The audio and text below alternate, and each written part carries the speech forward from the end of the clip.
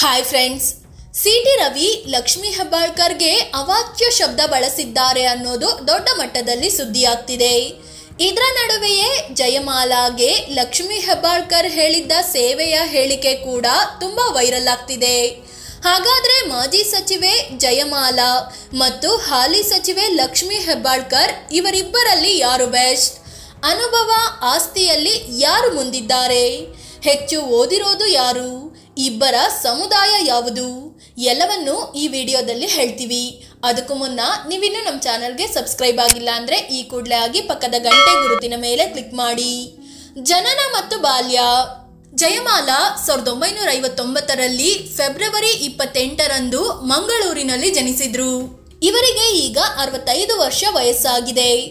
Lakshmi Hebbalkar 1975ರ February 14ರಂದು ಬೆಳಗಾವಿಯಲ್ಲಿ ಜನಿಸಿದ್ರು. ಇವರಿಗೆ 48 ವರ್ಷ ವಯಸ್ಸಾಗಿದೆ. ಜಯಮಾಲಾಗಿಂತ ಲಕ್ಷ್ಮೀ ಹೆಬ್ಬಾಳ್ಕರ್ 16 ವರ್ಷ ಸಣ್ಣವರು. ಕುಟುಂಬದ ಹಿನ್ನೆಲೆ ಏನು? ಜಯಮಾಲಾ ತಂದೆ ಹೆಸರು ಓಮಯ್ಯ, ತಾಯಿ ಕಮಲಮ್ಮ. ಇವರದ್ದು ಕೃಷಿ ಪ್ರಧಾನ ಕುಟುಂಬವಾಗಿತ್ತು. 1963ರ ನಂತರ ಇವರ ಕುಟುಂಬ ಚಿಕ್ಕಮಗಳೂರಿಗೆ ಶಿಫ್ಟ್ ಆಯಿತು. ಇನ್ನು ಲಕ್ಷ್ಮೀ ಹೆಬ್ಬಾಳ್ಕರ್ ಕುಟುಂಬ ಕೂಡ ಕೃಷಿಯಲ್ಲಿ ತೊಡಗಿಸಿಕೊಂಡಿದ್ದ ಕುಟುಂಬವೇ ಆಗಿತ್ತು. ಹೆಚ್ಚು ಓದಿರೋದು ಯಾರು? ಜಯಮಾಲಾ ಮೊದಲಿಗೆ ಪೊಲಿಟಿಕಲ್ ಸೈನ್ಸ್ನಲ್ಲಿ MA ಮುಗಿಸಿದ್ರು. ಇದಾದ್ಮೇಲೆ ಗ್ರಾಮೀಣ ಭಾಗದ ಮಹಿಳೆಯರ ಪುನರ್ವಸತಿ ವಿಚಾರಕ್ಕೆ ಸಂಬಂಧಿಸಿದಂತೆ ಪ್ರಬಂಧ ಬರೆದು PhD ಪಡೆದಿದ್ದಾರೆ. 2008ರಲ್ಲಿ ಬೆಂಗಳೂರು ವಿವಿಯಲ್ಲಿ ಇವರಿಗೆ doctor APJ Abdul Kalam doctorate ಪ್ರದಾನ ಮಾಡಿದ್ರು. ಇನ್ನು ಲಕ್ಷ್ಮೀ ಹೆಬ್ಬಾಳ್ಕರ್ ಮೈಸೂರು ಯೂನಿವರ್ಸಿಟಿಯಿಂದ ಪೊಲಿಟಿಕಲ್ ಸೈನ್ಸ್ನಲ್ಲಿ PG ಶಿಕ್ಷಣ ಪಡೆದುಕೊಂಡಿದ್ದಾರೆ. ವೃತ್ತಿ ಜೀವನ ಹೇಗಿತ್ತು? ಶಿಕ್ಷಣ ಮುಗಿದ ಬಳಿಕ ಜಯಮಾಲಾ ಸಿನಿರಂಗಕ್ಕೆ ಕಾಲಿಟ್ರು. ಭೂತಯ್ಯನ ಮಗ ಅಯ್ಯು ಸಿನಿಮಾದಲ್ಲಿ ಮೊದಲ ಬಾರಿಗೆ ಸೈಡ್ ರೋಲ್ನಲ್ಲಿ ಕಾಣಿಸಿಕೊಂಡ್ರು. ಇದಾದ್ಮೇಲೆ ನಾಯಕಿ ನಟಿಯಾಗಿ ಅಣ್ಣ ಅವರ ಹಲವಾರು ಸಿನಿಮಾಗಳಲ್ಲಿ ಬಣ್ಣ ಹಚ್ಚಿದ್ರು. ಘಟಾನುಘಟಿ ನಟರೊಂದಿಗೆ ಬಣ್ಣ ಹಚ್ಚಿದ ಖ್ಯಾತಿ ಇವರದ್ದಾಗಿದೆ. 57 ಕನ್ನಡ ಸಿನಿಮಾ ಸೇರಿದಂತೆ ಸುಮಾರು 80 ಸಿನಿಮಾಗಳಲ್ಲಿ ಬಣ್ಣ ಹಚ್ಚಿದ್ರು. ಇನ್ನು ಲಕ್ಷ್ಮೀ ಹೆಬ್ಬಾಳ್ಕರ್ ಯಾವುದೇ ರೀತಿಯ ವೃತ್ತಿ ಜೀವನದಲ್ಲಿ ತೊಡಗಿಸಿಕೊಳ್ಳಲಿಲ್ಲ. ನೇರವಾಗಿ ರಾಜಕೀಯಕ್ಕೆ ಬಂದವರು. ರಾಜಕೀಯಕ್ಕೆ ಎಂಟ್ರಿ ಕೊಟ್ಟಿದ್ದು ಹೇಗೆ? ಜಯಮಾಲಾ ಆರಂಭದಿಂದಲೂ ಸಿನಿರಂಗದಲ್ಲಿ ತೊಡಗಿಸಿಕೊಂಡಿದ್ರು. 1992ರಲ್ಲಿ ಕಾಂಗ್ರೆಸ್ ಸೇರ್ಕೊಂಡ್ರು. 2008ರಿಂದ 2010ರವರೆಗೆ ಜಯಮಾಲಾ ಫಿಲ್ಮ್ ಚೇಂಬರ್ ಅಧ್ಯಕ್ಷೆಯಾಗಿಯೂ ಕೆಲಸ ಮಾಡಿದ್ರು. 2014ರಲ್ಲಿ ಇವರನ್ನು ವಿಧಾನ ಪರಿಷತ್ಗೆ ಆಯ್ಕೆ ಮಾಡಲಾಯಿತು. 2018ರಲ್ಲಿ ಕಾಂಗ್ರೆಸ್ JDS ಸಮ್ಮಿಶ್ರ ಸರ್ಕಾರ ಬಂದಾಗ ಜಯಮಾಲಾ ಅವರಿಗೆ ಸಚಿವ ಸ್ಥಾನ ಒಲಿದು ಬಂತು. ಕನ್ನಡ ಮತ್ತು ಸಂಸ್ಕೃತಿ, ಮಹಿಳಾ ಮತ್ತು ಮಕ್ಕಳ ಕಲ್ಯಾಣ ಇಲಾಖೆ ಸಚಿವೆಯಾಗಿ ಕೆಲಸ ಮಾಡಿದ್ರು. ಅದೇ ರೀತಿ ಲಕ್ಷ್ಮೀ ಹೆಬ್ಬಾಳ್ಕರ್ ಮೊದಲಿನಿಂದಲೂ ಕಾಂಗ್ರೆಸ್ನಲ್ಲಿ ಗುರುತಿಸಿಕೊಂಡಿದ್ರು. 2010ರಲ್ಲಿ ಬೆಳಗಾವಿ ಜಿಲ್ಲಾ ಮಹಿಳಾ ಕಾಂಗ್ರೆಸ್ ಘಟಕದ ಅಧ್ಯಕ್ಷೆಯಾದರು. 2013ರಲ್ಲಿ ಬೆಳಗಾವಿ ಗ್ರಾಮೀಣ ಕ್ಷೇತ್ರದಿಂದ ವಿಧಾನಸಭೆಗೆ ಸ್ಪರ್ಧಿಸಿ ಸೋತ್ರು. 2014ರ ಲೋಕಸಭೆ ಚುನಾವಣೆಯಲ್ಲಿ ಬೆಳಗಾವಿ ಕ್ಷೇತ್ರದಿಂದ ಸ್ಪರ್ಧಿಸಿ ಮತ್ತೆ ಸೋಲು ಕಂಡ್ರು. ಆದರೂ 2015ರಲ್ಲಿ ಕಾಂಗ್ರೆಸ್ನ ರಾಜ್ಯ ಮಹಿಳಾ ಘಟಕದ ಅಧ್ಯಕ್ಷೆಯೂ ಆದರು. ನಂತರದಲ್ಲಿ 2018 ಮತ್ತು 2023ರ ವಿಧಾನಸಭೆ ಚುನಾವಣೆಯಲ್ಲಿ ಬೆಳಗಾವಿ ಗ್ರಾಮಾಂತರ ಕ್ಷೇತ್ರದಿಂದ ವಿನ್ ಆಗಿದ್ದಾರೆ.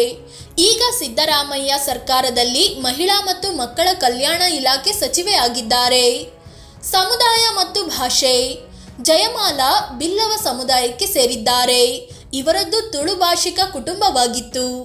ಅದೇ ರೀತಿ ಲಕ್ಷ್ಮೀ ಹೆಬ್ಬಾಳ್ಕರ್ ಲಿಂಗಾಯತ ಸಮುದಾಯಕ್ಕೆ ಸೇರಿದ ನಾಯಕಿ.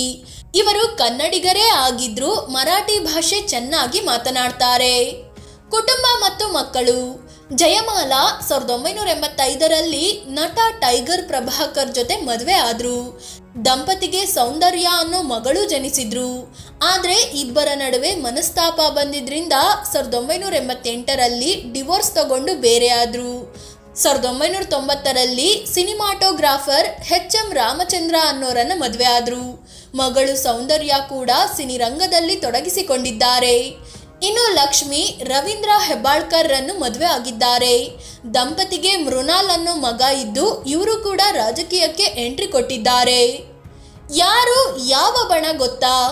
ಜಯಮಾಲಾ ಮೊದಲಿನಿಂದಲೂ ಸಿದ್ದರಾಮಯ್ಯ ಗುಂಪಿನಲ್ಲಿ ಗುರುತಿಸಿಕೊಂಡಿದ್ದಾರೆ. 2018ರಲ್ಲಿ ಇವರಿಗೆ ಸಚಿವ ಸ್ಥಾನ ಸಿಕ್ಕಾಗ ಕೂಡ ಅದರ ಹಿಂದೆ ಸಿದ್ದರಾಮಯ್ಯ ಇದ್ದಾರೆ ಅನ್ನೋ ಆರೋಪ ಕೇಳಿಬಂದಿತ್ತು. ಅದೇ ಕಾರಣಕ್ಕೆ ಲಕ್ಷ್ಮೀ ಹೆಬ್ಬಾಳ್ಕರ್ ರಾಜ್ಯದ ನಾಯಕರಿಗೆ ಜಯಮಾಲಾ ಸೇವೆ ಇಷ್ಟ ಆಗಿರಬೇಕು, ಅದಕ್ಕೆ ಮಂತ್ರಿ ಸ್ಥಾನ ಸಿಕ್ಕಿದೆ ಅಂದುಬಿಟ್ಟಿದ್ರು. ಇದು ವಿವಾದ ಆದ್ಮೇಲೆ ನಾನು ಹೇಳಿದ್ದು ಪಕ್ಷದ ಸೇವೆ ಅಂತ ಸ್ಪಷ್ಟನೆ ಕೊಟ್ಟಿದ್ರು. ಇನ್ನು ಲಕ್ಷ್ಮೀ ಹೆಬ್ಬಾಳ್ಕರ್ ಡಿ.ಕೆ. ಶಿವಕುಮಾರ್ ಗುಂಪಿನಲ್ಲಿ ಗುರುತಿಸಿಕೊಂಡು ಬಂದಿದ್ದಾರೆ. ಯಾರು ಹೆಚ್ಚು ಪವರ್ಫುಲ್? ಜಯಮಾಲಾ ಸಿನಿರಂಗದಲ್ಲಿ ದೀರ್ಘಕಾಲ ಕಳೆದಿದ್ದಾರೆ. ಆ ಕ್ಷೇತ್ರದಲ್ಲಿನ ಸಾಧನೆಗೆ ಹಲವಾರು ಪ್ರಶಸ್ತಿಗಳನ್ನು ಕೂಡ ಪಡೆದಿದ್ದಾರೆ. 1992ರಿಂದ ಕಾಂಗ್ರೆಸ್ನಲ್ಲಿದ್ದರೂ ಸಕ್ರಿಯವಾಗಿ ಇದ್ದಿದ್ದು ಕಡಿಮೆ ಅಂತಲೇ ಹೇಳಬಹುದು. ಹೀಗಾಗಿ ರಾಜಕೀಯದಲ್ಲಿ ಹೆಚ್ಚು ಪ್ರಭಾವ ಹಿಡಿತ ಇವರಿಗೆ ಇಲ್ಲ. ಆದರೆ ಲಕ್ಷ್ಮೀ ಹೆಬ್ಬಾಳ್ಕರ್ ಮೊದಲಿನಿಂದಲೂ ರಾಜಕೀಯ ಮಾಡಿಕೊಂಡು ಬಂದಿದ್ದಾರೆ. ಇವರಿಗೆ ಬೆಳಗಾವಿ ಭಾಗದಲ್ಲಿ ದೊಡ್ಡ ಮಟ್ಟದ ಹಿಡಿತ ಇದೆ. ಆಸ್ತಿ ಎಷ್ಟೆಷ್ಟಿದೆ ಗೊತ್ತಾ? ಜಯಮಾಲಾ ಒಟ್ಟು ಆಸ್ತಿ ಎಷ್ಟಿದೆ ಅನ್ನೋದ್ರ ಬಗ್ಗೆ ಎಲ್ಲೂ ಮಾಹಿತಿ ಇಲ್ಲ. ಇವರು 2014ರ ವಿಧಾನ ಪರಿಷತ್ ಚುನಾವಣೆ ಟೈಮಲ್ಲೂ ಆಸ್ತಿ ಘೋಷಿಸಿಕೊಂಡಿರಲಿಲ್ಲ. ಇನ್ನು ಲಕ್ಷ್ಮೀ ಹೆಬ್ಬಾಳ್ಕರ್ 2018ರ ವಿಧಾನಸಭೆ ಚುನಾವಣೆಯಲ್ಲಿ ಸಲ್ಲಿಸಿರೋ ಅಫಿಡವಿಟ್ನಲ್ಲಿ ತಮ್ಮ ಆಸ್ತಿ 26 ಕೋಟಿ ರೂಪಾಯಿ ಅಂತ ಹೇಳಿದ್ರು. ಆದರೆ ಈ ಸಲ ಚುನಾವಣೆಯಲ್ಲಿ ತಮ್ಮ ಆಸ್ತಿ ಜಸ್ಟ್ 13 ಕೋಟಿ ಅಂತ ಘೋಷಿಸಿಕೊಂಡಿದ್ದಾರೆ. ಜೊತೆಗೆ 6,88,00,000 ರೂಪಾಯಿ ಮೌಲ್ಯದ ಸಾಲ ಕೂಡ ಇದೆ ಅಂತಲೂ ಹೇಳಿದ್ದಾರೆ. ಫ್ರೆಂಡ್ಸ್, ಇದು ಸಚಿವೆ ಲಕ್ಷ್ಮೀ ಹೆಬ್ಬಾಳ್ಕರ್ ಮತ್ತು ಮಾಜಿ ಸಚಿವೆ ಜಯಮಾಲಾ ಇವರಿಬ್ಬರಲ್ಲಿ ಯಾರು ಹೆಚ್ಚು ಯಾರು ಕಡಿಮೆ ಅನ್ನೋದ್ರ ಬಗ್ಗೆ ಮಾಹಿತಿ ನೀಡುವ ಪ್ರಯತ್ನ. ಈ ಬಗ್ಗೆ ನಿಮಗೇನು ಅನ್ಸುತ್ತೆ? ಇವರಿಬ್ಬರಲ್ಲಿ ಯಾರು ಬೆಸ್ಟ್ ಅಂತ ಕಾಮೆಂಟ್ ಮಾಡಿ ಹೇಳಿ. ಅದೇ ರೀತಿ ನೀವಿನ್ನೂ ನಮ್ಮ ಚಾನಲ್ಗೆ ಸಬ್ಸ್ಕ್ರೈಬ್ ಆಗಿಲ್ಲ ಅಂದರೆ ಈ ಕೂಡಲೇ ಆಗಿ ಪಕ್ಕದ ಗಂಟೆ ಗುರುತಿನ ಮೇಲೆ ಕ್ಲಿಕ್ ಮಾಡಿ. ಧನ್ಯವಾದ.